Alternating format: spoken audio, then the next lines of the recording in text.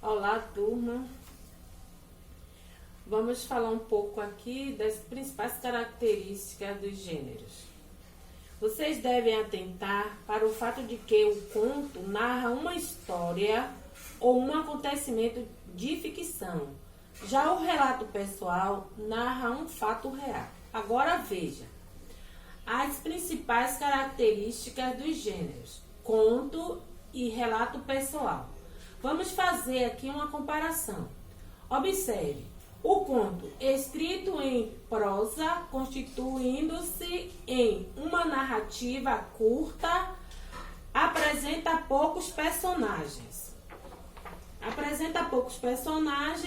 E ações. Já o relato pessoal também é escrito em prosa, pode ser uma narrativa curta ou longa. Observe que o conto é uma narrativa curta. Já o relato pessoal, ele pode ser uma narrativa curta ou longa, certo? Agora vamos ver aqui. No conto, o conto apresenta poucos personagens e ações no conto. Já no relato pessoal, apresenta um número bastante variado de personagens. Então, a gente tem aí a diferença entre conto e relato pessoal. Vamos ver aqui também no conto. O conto emprega normalmente variedade padrão e o grau de formalidade depende do encaminhamento. Então, a gente tem aqui o encaminhamento, dependendo do encaminhamento, certo? Aqui eu tenho, no relato pessoal, emprega uma linguagem bastante subjetiva, certo? Subjetiva aqui, por favor. Expressando sentimentos e emoções do autor do texto. Então, subjetiva. Vou botar o vá aqui. Subjetiva. Certo? Então, bastante subjetiva, expressando sentimentos e emoções do autor do texto. Então, aqui, no conto, emprega normalmente variedade padrão e o grau de formalidade depende do encaminhamento do texto.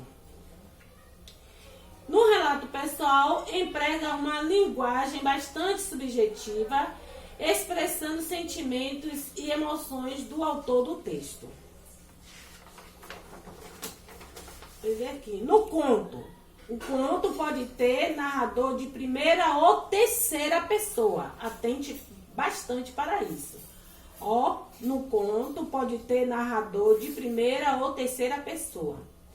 Já no relato pessoal, o narrador é sempre de primeira pessoa. Vamos ver aqui outra característica do conto. Narra fatos fictícios e, no relato pessoal, narra fatos reais. Então, aí a gente tem as principais características do conto e também do relato pessoal. Temos algumas coisas que são equiparados entre um e outro, que são iguais. Temos também fatos diferentes entre conto e relato pessoal. Então, atente bastante aqui, que o conto pode ter narrador de primeira ou terceira pessoa. Quer dizer, terceira pessoa, eu posso ter também aqui um narrador observador. Ele vai observar os fatos e vai contar a história, certo? Narrar a história, ele só observando os fatos. Ele não vai participar da história. Foi o que aconteceu com o conto A Sandália do Gigante, onde o narrador, ele conta os fatos sem participar da história. Logo, ele vai ser um narrador observador. Então, ele narra fatos fictícios, que não é real. Já o relato pessoal, temos aqui o narrador, é sempre de primeira pessoa, porque é a própria pessoa que conta, que relata os fatos acontecidos com ele, na vida dele, que ele já viveu, vivenciou. São fatos vividos pelo narrador do texto.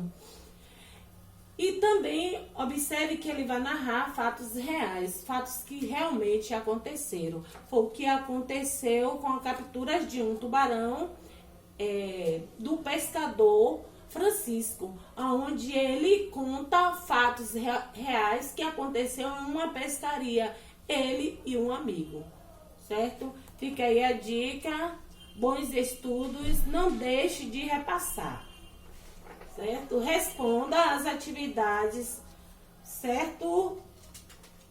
E até amanhã em nossa aula virtual. E atentando para aqui, ó, subjetiva, certo? Aí temos o VAR, ok? Subjetiva.